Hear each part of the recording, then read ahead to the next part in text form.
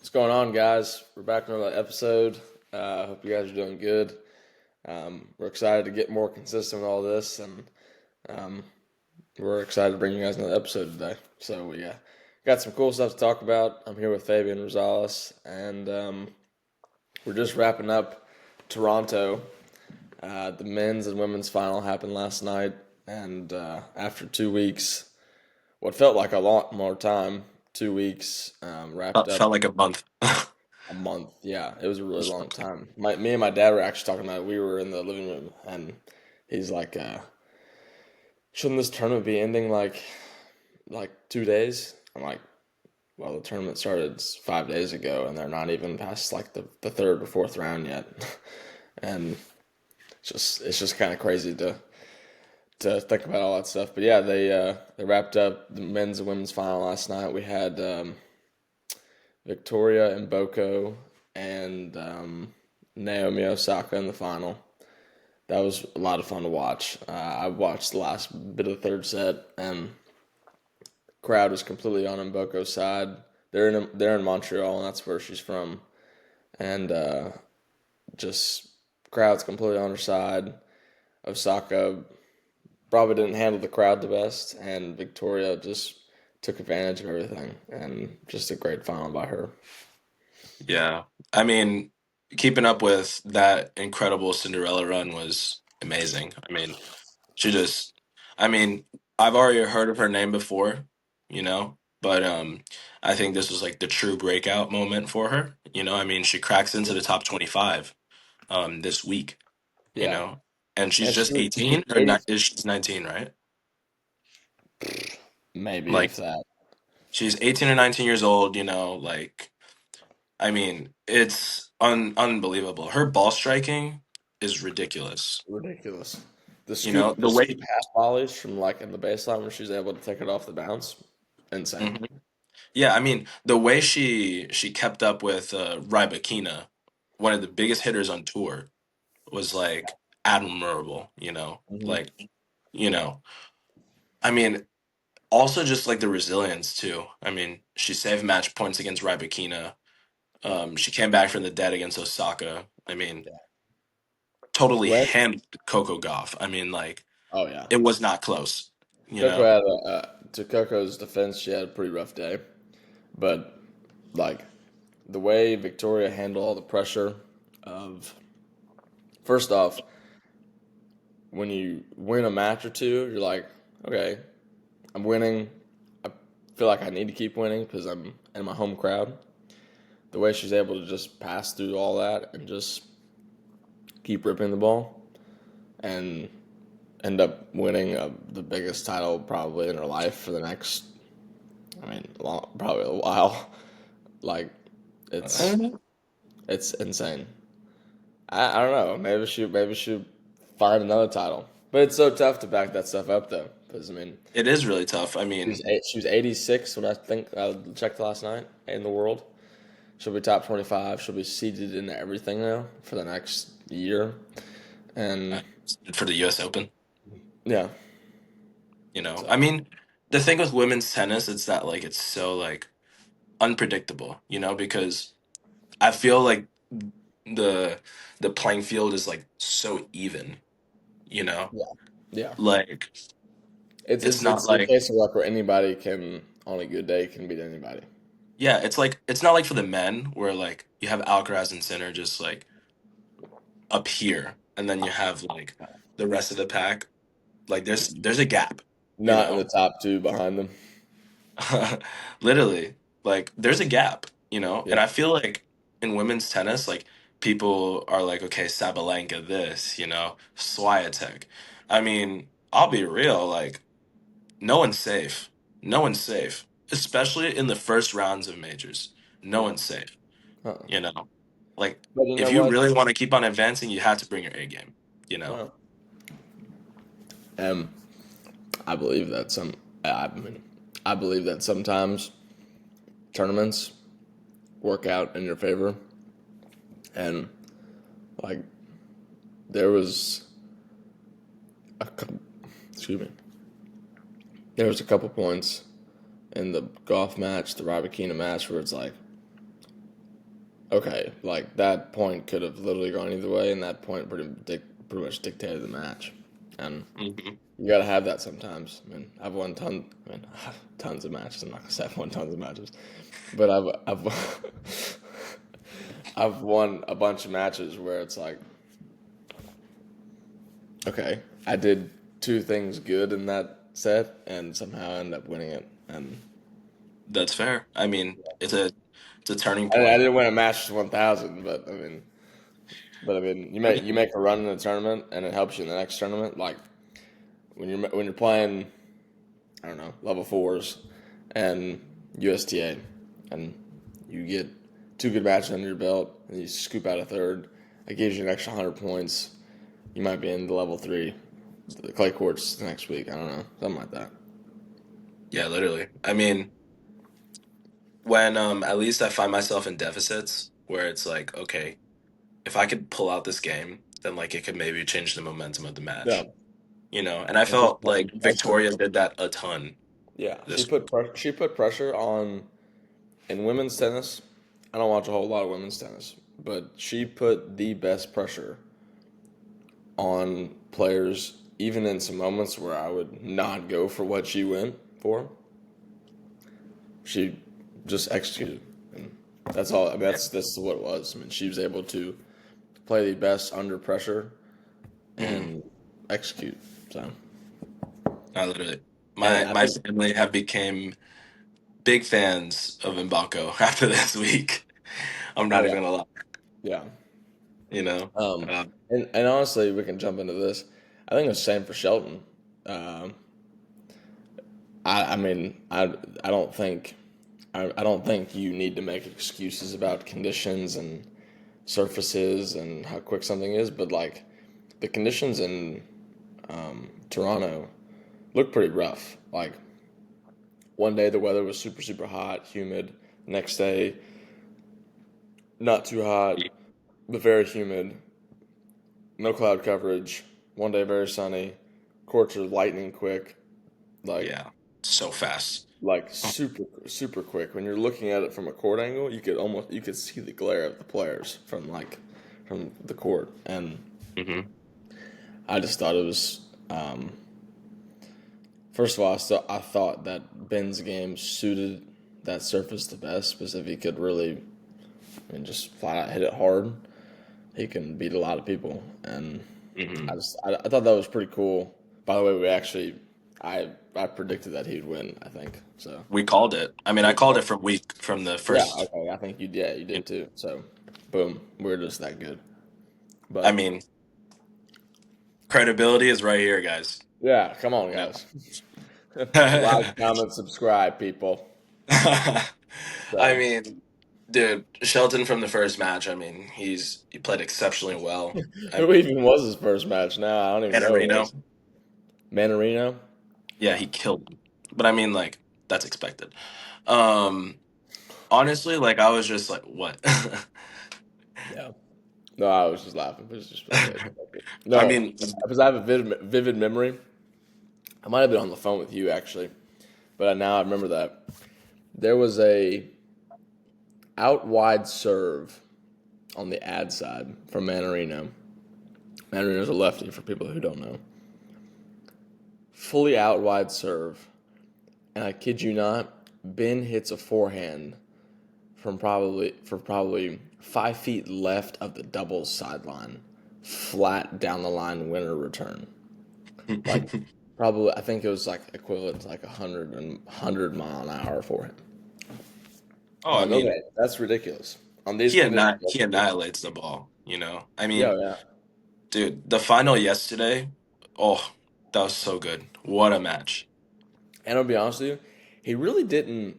He blew him off the court sometimes, but he really didn't like kill Kachanov with the power that he did the whole time, like the whole Dude, tournament. I honestly felt Kachanov was in control of the match for like a solid 100%. I saw more winners period. from Kachanov on the forehand side than I did Ben. Oh yeah, for sure. I mean, even though he did win, I felt Ben, the like at least for the entirety of the match, played very reserved. Yeah, But then when like the moments mattered, like how he said in the interview, like, my best tennis came out and Mhm. I was clutch. I think that's when he played his true brand of tennis, which is being aggressive, really stepping in and leaning into the forehand, Yeah, placing that serve. I yeah, mean, the third set breaker was like for yeah. real. That Oh that yeah, return at 5-2 down was yeah. like, whoa. Ridiculous. I was on the phone with my dad. Shout out Pops, and match point 6-2 for Ben, not serving. Hatchinoff hits an out wide serve on the ad side or due side, excuse me. And Dad's like, he's gonna go for it. Like he just ripped an absolute insane forehand. He's gonna go for this. Ben went for like the most insane shot, like to go up. Well, I guess up the line, but up the line on the deuce side from like The 5 inside feet in. left, Yeah. like fully falling back and hit it like 6 feet long. But Yeah. yeah, but like that's the confidence he had though, and Hmm. I mean, while he had to play more conservative because Kachanov was playing a really aggressive brand of tennis last night, I mean, he was able to capitalize on some moments where it was like, okay, I'm getting an easier ball. Let me step inside the baseline and work my way forward and kind of scrap. Like I thought, I didn't. I didn't think the whole match was scrap from Ben, but I felt like he had to be more scrappy last night to win that match, and Oh yeah, for sure. much more patient than he has ever been. Because I mean, let's be honest. Like Kachanov is a guy that like he's a hitter. He doesn't have a whole lot of variety in his game.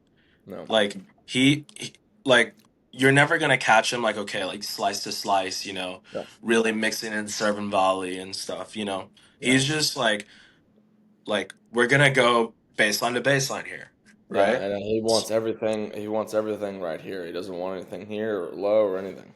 Exactly. Like you give it to him And in a strike that's zone, you're what gonna Ben have a did. tough time. Yeah, Uh-huh. that's what Ben did. Like I probably saw at least two slices per point when the point was extended from Ben. Exactly. Ben had to really change up his game. He had to be like, okay, I'm gonna play a little bit of variety tennis here. I'm gonna play like a little bit scrappy, like you said. Got him Yeah. through. Hmm. But I think once Ben gets more and more comfortable with the variety aspect because I mean, let's be honest, Ben's a hitter too, but he has more Yeah. variety than Kachanov, right? Yeah. Like once he starts adding that more, also his dad wants him to implement more serve and volley. Um, I mean, we'll see his game like evolve even more. So Oh like yeah. I mean, this is just like, he the biggest title of his career so far and all, but like I just think there's like so much for him to like look forward to after this. I was like also reading yesterday and like early this morning, because I was just like really like wanted to like come in here and like share with you guys like what I thought, and one of them it's like, in the interview is he's hungry for more, man. Like I mean, he's gonna push himself to work harder. Cincinnati's this week, and then right after that it's the U.S. Open. So So let's talk about that. I mean, Ben is what his ranking right now is like 7, isn't it? it's gonna be six now. He surpassed It's Novak. going to be 6. Mhm. He's well. I was thinking about it last night. I'm like, well, whoever wins here, they're both going to be in Toronto tonight. Mhm. Cincinnati's already started. The first round was yesterday, and that tournament in Toronto wasn't even over for men's and women's. Crazy. Mhm. And Ben Shelton, best player, one of the best players in the world. Kachanov, I don't think he's one of the best players in the world, but he's still one of the best players in the world. He's seeded They high both just played 8 matches, roughly. I think right, seven or 8 matches. around there. Yeah, I think six. Pretty high level 6 is matches, like yeah. a couple three setters, Third set breakers late at night. Like I saw a couple photos of Ben, or a photo of Ben eating takeout food at like 1 o'clock in the morning because he didn't finish the match till like 12. yesterday. No, 2 days, 3 days ago, something like that. So, not the final, not the last match, but the match prior, maybe against Dimanoir, I think, maybe, Maybe even Kaboli. yeah, maybe it was Cavoli. Yeah. I think it was Kaboli. And I don't, I'm not a professional tennis player, but I would assume that these guys have to be pretty whooped after a week like this, mentally and physically. And I think it's if you're not if you're not Sinner or Alcaraz who has so much freedom and you're hungry to like break top five, break top two, three, whatever, like I think it's a complete disadvantage that Ben now has to go fly, maybe even last night or this morning, early this morning, to go play his. He got a bye, so that helps. But Yeah. go play his second round. Go play hypothetically a first round in Cincinnati 2 days later. Yeah. His match is not determined yet, but like, um, Hmm. he's supposed to play. I'm looking at it. Carabelli or Nishikori He's playing tomorrow. Supposed to play tomorrow, plays and tomorrow. yeah, They're definitely gonna give him an extra day. There's no way. but according to the schedule, it says not. And same thing with Karen Hatchinoff. And Jesus. I was honestly thinking I thought about like if right now without me knowing much about how the tour life works, and I had a huge week like this, and I'd been only won 2 matches last year in Cincinnati. Naturally, the points were not as Significant as significant, and money and all that stuff probably wasn't significant. Like he didn't have a lot to defend. I probably to be safe for my body and maybe to enjoy a win a little bit, I'd probably withdraw from Cincinnati because it's such a tough turnaround. It's not with how some of these guys have rested. Carlos and Sinner coming in, some other great yeah. guys playing good tennis, Mhm. and just different stuff. I probably would consider not playing, For sure. I and mean, it's but just a disadvantage. yeah, I mean for him it's also like, it's a hometown tournament. I mean like not Yeah, hometown, home soil, right? Because he's American. yeah, I think there would be a lot of things for him to factor in, for sure. yeah. Um, how his body's feeling. I mean, we've seen how he's cupped his He shoulder. can't be feeling good. I can tell you that much. Oh no, he's probably feeling like crap. He's cupping his shoulder all the time because I mean, if you're cranking Every serves match. like that all the time, I don't know if anybody noticed, but he also had KT on his right knee or his And or it's his right thigh. quad Yeah, on his thigh, something like that.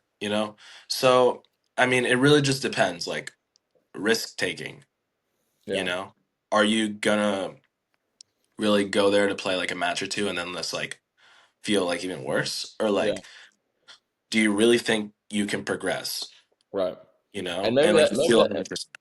and maybe that's his mentality. Maybe he's thinking about going there to both of them.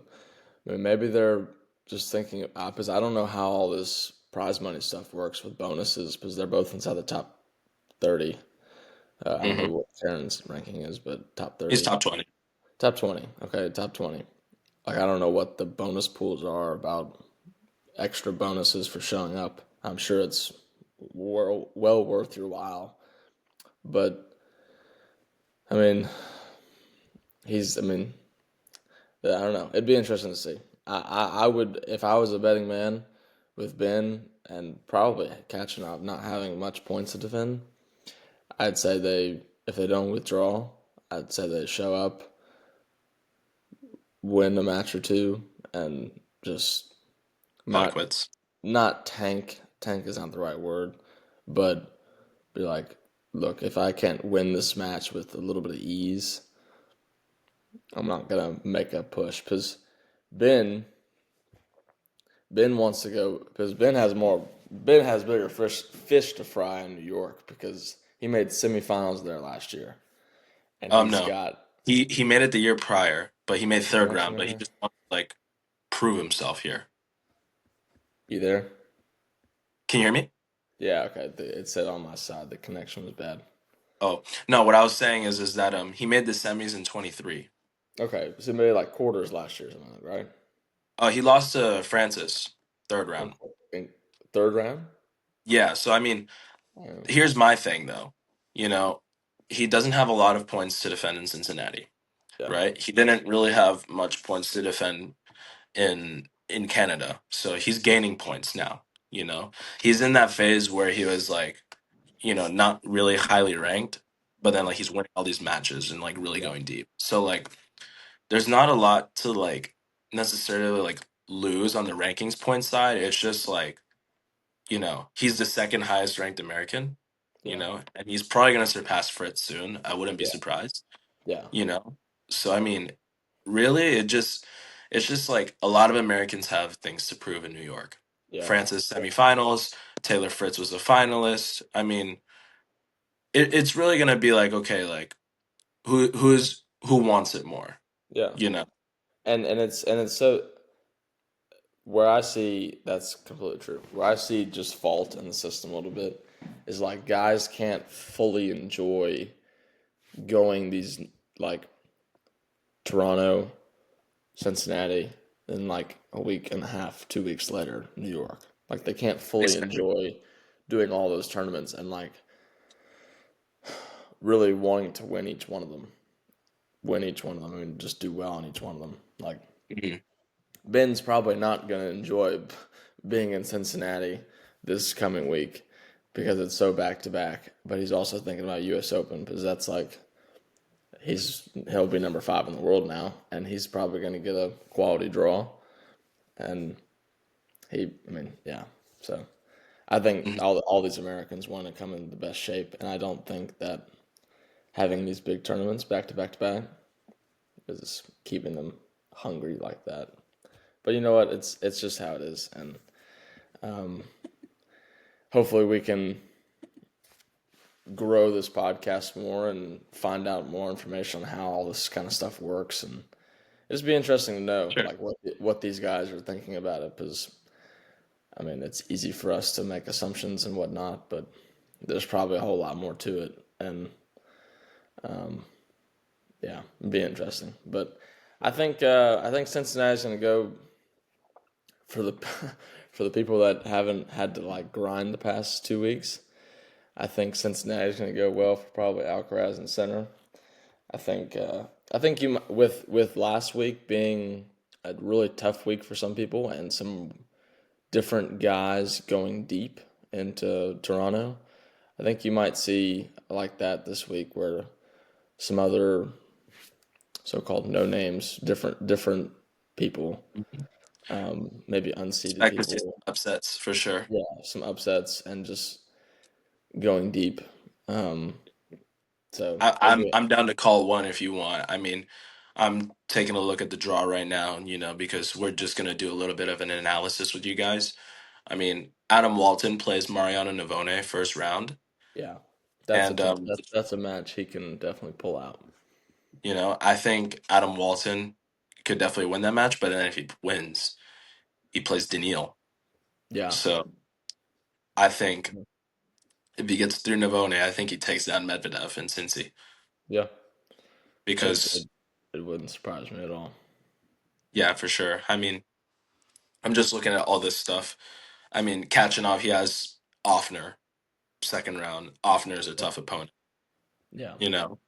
And I Probably mean, one of the, even though Offner's a very strong player, probably one of the best second rounds Kachanov can ask for if he's gonna stay into the tournament. oh yeah, for sure. Because I mean, like all these guys are like fresh, Yeah, But then like Offner, like he's good, but like he's very beatable, you right, know. right. So I mean, just looking at this draw, it's like, huh, look at this second round that we may have. So Basaveretti plays Vukic first round, and if he wins, he plays Zverev. Oh man. What's your All take right. here? Well, that's my upset. I'm calling right there. If That's your Basavari upset. wins, he is beating Zverev. I'm calling it now. Fair enough. I'm You calling it. guys, you guys heard it here. It's gonna Basaveretti happen. taking down Zverev. It's He has to I beat think Vukic first. Basaretti hasn't had too good of a year since like the first quarter of the year. I think it's due Mm, time. fair enough. Dude, look at this section. This is so interesting for like a Masters 1000 hardcourt draw, right? So Darderi is the 29 seed, and he plays the winner of Francisco Comisana and Jaume Munar. Holy clay court grind. Yeah, fully credit card grind. Wow. You know, Yeah, like that's insane. yeah, And then, wow, this draw is stacked. yeah, I'm not even gonna lie. Like, Tien will probably play Rublev second round if he beats Rieti. Ethan Quinn plays Kekmanovic, and winner plays Mensik. yeah. That I think I think Ethan's playing big ball or tennis, and on these courts, his game is like almost like Shelton's. Big forehand, big serve, kind of tight backhand. Hmm. I think I think Ethan Quinn could also make a bit of a stretch too if he's able to get something going. If he beats Kecmanovic, I think Minsick at the moment is somebody he can take out if you want my honest opinion. And then Hmm. he'd probably have to play Shapovalov or Luca Nardi Hmm. um, in the third round, but I think that's somewhere where he could do well. He's playing good tennis. Definitely. I don't think Nishioka is the most strongest player, but Ethan Quinn rolled over Nishioka in Toronto, and forehand's looking great, rallying well, and I think he's somebody to watch out for. I Hmm. don't really know in what way, but I think he is. Yeah, man. And like back to what you're saying about like, since he's starting yesterday, I mean, Fonseca got off to a winning start, 7-5 in the third over Boo, and now he plays Davidovich Fekina. Yeah, Um, that's a that very spicy second round. very spicy second round. I think that'll be a good. Fonseca's had a great year. Like, don't get me wrong. Hmm. Maybe not the best year everybody is like expecting him to have, just because he's got so much spotlight on him. Yeah. But I think this match could, um, I don't know, be like a little hump slash small breakthrough for him to get over that with Davidovich having an incredible past 2 weeks. And yeah, I think that'd be a good match for Fonseca. I think he could catch Davidovich on a little bit of a tired day, probably, Hmm. and it'd be a good one for Fonseca to pull out, just for his confidence and just for movement, I guess. Right. So let's put in a little take. If you're picking one surprise quarterfinalist, who One are you surprise. taking? One surprise quarterfinalist. Okay. I have And mine. by surprise, you mean lower seed or not seeded? Lower seeded or not seeded? Lower seed or not seeded? Um,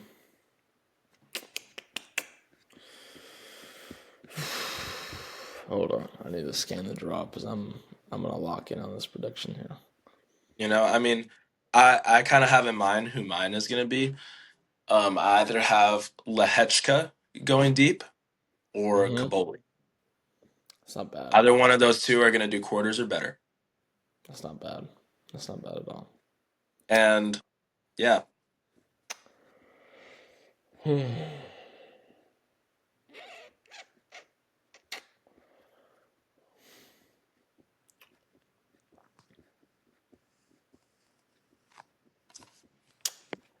I'm gonna go. I just have a good feeling with Basaveretti. hmm. I've got a good feeling with Lerner 10. Bassaretti being for the Midwest. I mean, Yeah. he's going to have a lot of home support over there. I've got, I know it sounds biased, but I've got a really good feeling about Ethan Quinn, Lerner 10, and Basaveretti. I think Basaveretti is the most stretched one. I think that could make a run, but I think Ethan Quinn and Lerner could surprise because they have a draw to do something. They have a draw to do some damage for sure. Yeah, I don't know if I don't really know Bosferetti's level right now because I really haven't seen him play much since the beginning of the year. But Mhm. that's my prediction. I don't know if quarters is crazy enough, but maybe that far. Hey, we'll take it. I'll take it. So, And now we have some surprises, dark horses. Let's pick a winner on the men's side. Um, uh,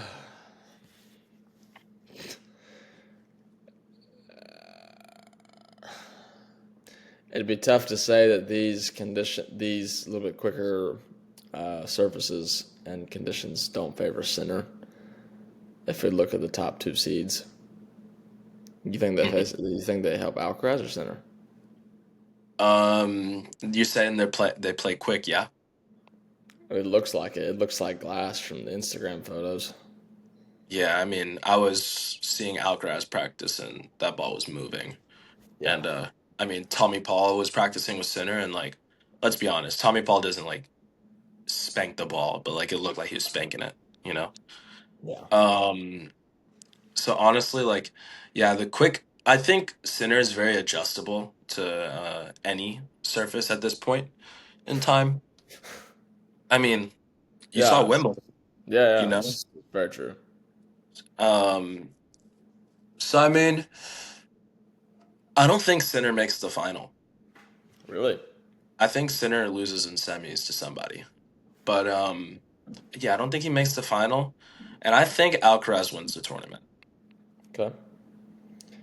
I could probably, if I had to guess one person, I could probably side with that. I think, yeah, I think I could probably side with that. Yeah, man. It'll be an interesting 2 weeks again. Yeah, And I mean, we could jump into our next topic. yeah, I asked the Instagram, should these Masters of Thousands be 2 weeks long? yeah, Um, why or why not? yeah. You know? Um, I, I yeah, I don't feel like they should be that long. I don't feel like they should be back to back. Um, I don't feel Mm-mm. that's this and Toronto, Indian Wells and Miami. I don't see any upside. I think it only helps like the top guys. I don't think it helps anybody else really. I just don't. Short answer is I don't think it helps. And um, I think it's looking out more for the profit of the tour and these tournaments and time of the year and whatever. And I don't really think it's for the players. I think it's directed elsewhere and for revenue and profit and views, For sure. clicks, ticket sales, all that stuff. Like, Exactly. You're offering more matches on the table. Of course, you're going to get more money. yeah. And looking at it So, from like a before you say anything, we talked about it either last week or the week before. Jordan Thompson is played Cincinnati this week, and because he's top 50 or whatever, and when we talked about him having the bonus pools and that huge back injury, having to pull out of fourth round Wimbledon, he played yesterday and got smoked. And I bet you, I don't know the story, but I would put money that he had to show up in Cincinnati, either Toronto or Cincinnati, because he didn't show up in Toronto. I bet you money he showed up yesterday oh my God, he got just to, killed by just to, Minarino. just yeah. I mean, I mean, killed somebody he probably would not lose to on a regular basis. I bet he had. I mean, if I had to guess, I bet he showed up for the bonus pool. I bet he showed up to get his prize money and then to get the extra 20 or whatever that number is going to be. I mean, again, I don't blame him for doing that because I No, I mean, don't either. the Does he? I tour mean, is making I mean, have these to. policies, Yeah, and it's like it's your living. You're making yeah, a living off of this, yeah, and I mean, this is more and more why I disagree with the 2 weeks. So logistically speaking, right, 2 weeks of tennis is more demanding than 1 week. yeah. Especially like think about it like this: you're going from playing 2 weeks in Toronto to playing 2 weeks in Cincinnati, It's like right? majors back to back, pretty much. Yeah, I mean, it's huge tournaments, high level competition all over. I mean, it's just like, what do you expect? And then you go and you play a Grand Slam in a week and a half, Right. 5 sets. Another 2 week event. Yeah, and to make matters worse, it's 5 sets.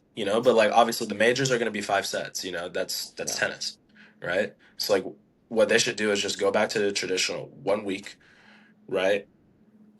Like and limit the really draw, emphasize like half the draw too. I mean it's 128, make it 64. Yeah, that's what it was last year. Yeah, make it a 64 draw, you know? And Yeah, then like give your Canadians the wild cards, give your Americans the wild cards and stuff, you know? But I yeah. mean, it's just like, dang man, like it's so demanding on the players and stuff. Like I'm gonna be honest, like I wouldn't be surprised if we see more increased injuries, due to all these things, more I think retirements. you're already seeing. I mean, you had Cerundolo, who has been Cerundolo, um, Davidovich Fekina, he retired yeah, last week. yeah, like Um, both playing great tennis and have been longevity tennis players, like not people that I've heard of injuries, and like healthy people for a good while. I mean, mhm, um, Cerundolo's injury was what the looked app. like an ab strain or a pulled ab or something like that. And Hmm. that's not something you get from riding on an airplane all day. That's just wear and tear. That's just so much twisting and everything that you just get the muscles just so Yeah, tired. Like there's I mean these guys have the best physios in the world, and even they literally. can't keep up with it. Hmm. So And then Davidovich Fekina, I mean, finals of DC and then third, fourth round. yeah, Couldn't do it anymore. So, no, yeah, I mean, it's just very disappointing to see. yeah, So, like, yeah, these tournaments should not be 2 weeks long, no. um, in But all honesty. yeah, I mean just how it is. Um, Nearing the end here, we can for people who don't know, and first time listeners, me and Fabian both play collegiate tennis. I play at Gardner Webb University, and Fabian now plays at St. Mary's University in San Antonio, Texas. And we both go back to school kind of next week, move back in next week, and both looking forward to the season a lot. Fabian's got a new team and new things coming there. I don't doubt that they'll have a great season. Fabian will have a great season, and yeah, I think it's just exciting to get in. We're gonna get into that now, and yeah, a lot to come for this year. So For sure. we're gonna try to keep the podcast, or we're gonna keep the podcast very informed and up to date with all that stuff. And yeah, we'll probably be not doing this from our kitchens. We'll be doing this from our dorm room. So Literally. But I mean, Billy Mack, for you at least, you're returning to your team. Like, what are the vibes like for this year? Have you spoken to your guys? Like, how are they feeling? Because I mean, you guys won conference last year, made NCAA's. yeah, What's the feeling like? we're very excited. We've got we've got 8 guys so far right now. Um, I'm sure we'll probably dabble in a couple more for the spring, but we've got 8 guys right now that are pretty pumped. 2 new guys coming um, as freshmen this fall who are coming soon, and I think it's a big year for us. We're a little bit of a younger team, I'd say, but I think even the younger guys last year, I think were some of the best guys in the team, and no seniors, which is okay, but just a little bit younger. But I think our team work ethic with coach and how much hours we put in the fall.